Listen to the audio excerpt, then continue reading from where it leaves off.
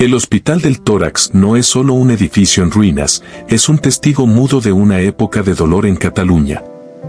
Inaugurado en 1952 para tratar la tuberculosis, miles de personas pasaron sus últimos días aquí, aisladas del mundo.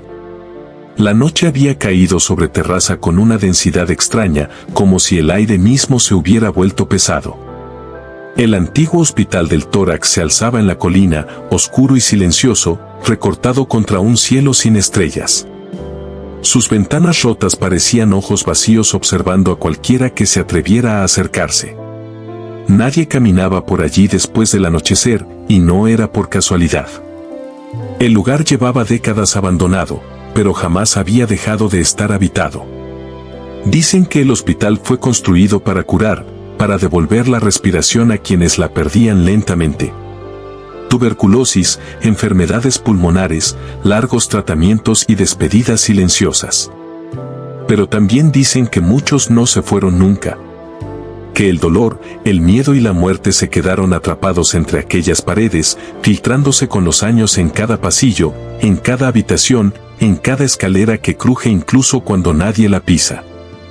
Esa noche, Javier subió la colina con una linterna en la mano y el corazón golpeándole el pecho. Era periodista, o al menos eso se repetía a sí mismo para justificar lo que estaba a punto de hacer. Había escuchado historias desde niño, pacientes que se arrojaban por las ventanas, enfermeras que seguían trabajando después de morir, gritos que se escuchaban desde el bosque cuando el viento soplaba desde el norte. Siempre pensó que eran exageraciones, cuentos para asustar a los curiosos. Hasta que recibió aquel mensaje anónimo. Si quieres la verdad, entra. Pero no mires atrás.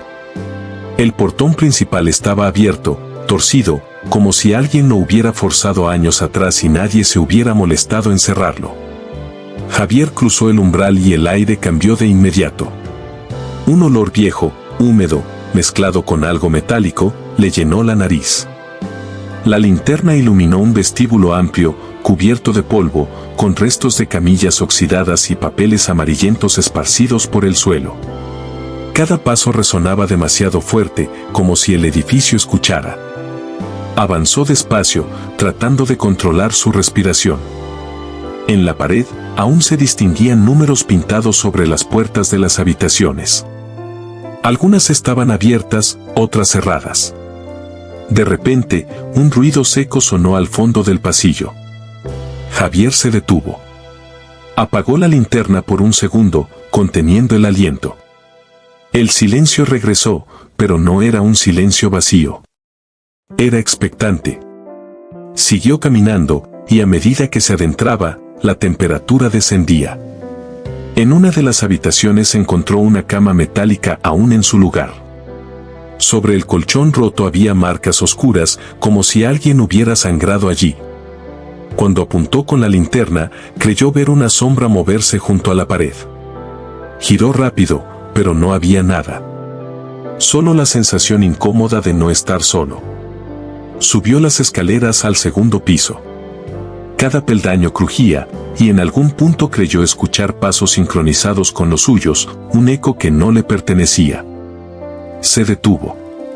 Los pasos continuaron 2 segundos más y luego cesaron. Un sudor frío recorrió su espalda. En el antiguo pabellón de aislamiento, el aire era casi irrespirable. Las puertas estaban reforzadas, y detrás de una de ellas se escuchaba un murmullo bajo, constante, como un rezo interminable. Javier apoyó la mano en el pomo. Estaba helado. Dudó, pero la curiosidad fue más fuerte. Abrió lentamente. La habitación estaba vacía, pero el murmullo continuaba, ahora más claro, rodeándolo. Eran voces superpuestas, susurros que decían nombres, fechas, palabras inconexas. Entre ellas, distinguió una frase repetida una y otra vez: no nos dejaron salir. El pánico comenzó a apoderarse de él. Retrocedió, pero el pasillo ya no parecía el mismo. Las luces de su linterna parpadearon, y por un instante vio figuras al final del corredor. Siluetas humanas, delgadas, inmóviles, observándolo. Cuando la luz se estabilizó, desaparecieron. Corrió hacia las escaleras, bajando sin mirar, tropezando casi en cada escalón. Al llegar a la planta baja, creyó ver la salida, pero algo se interpuso. Una mujer con uniforme antiguo de enfermera estaba de pie frente al portón. Su rostro era pálido, sus ojos hundidos, y sonreía de una forma imposible. «Todavía no», susurró. Javier intentó gritar, pero ningún sonido salió de su garganta. La enfermera levantó una mano y señaló el interior del hospital. Detrás de ella, los pasillos parecían alargarse, multiplicarse, como si el edificio hubiera decidido no dejarlo ir. Sintió manos invisibles sujetándolo, arrastrándolo hacia la oscuridad. Vio habitaciones llenas de camas ocupadas por cuerpos inmóviles, pacientes con los ojos abiertos que lo miraban pasar. Algunos respiraban con dificultad, otros ya no respiraban en absoluto. Todos parecían conscientes de su presencia. De pronto, todo se detuvo. Javier cayó al suelo, solo, en completo silencio. Se incorporó lentamente. Estaba de nuevo en el vestíbulo. El portón estaba abierto. El amanecer comenzaba a teñir el cielo de gris. Sin pensarlo, salió corriendo y no se detuvo hasta estar lejos de la colina. Días después, la policía encontró su grabadora cerca de la entrada del hospital. En ella solo había una grabación.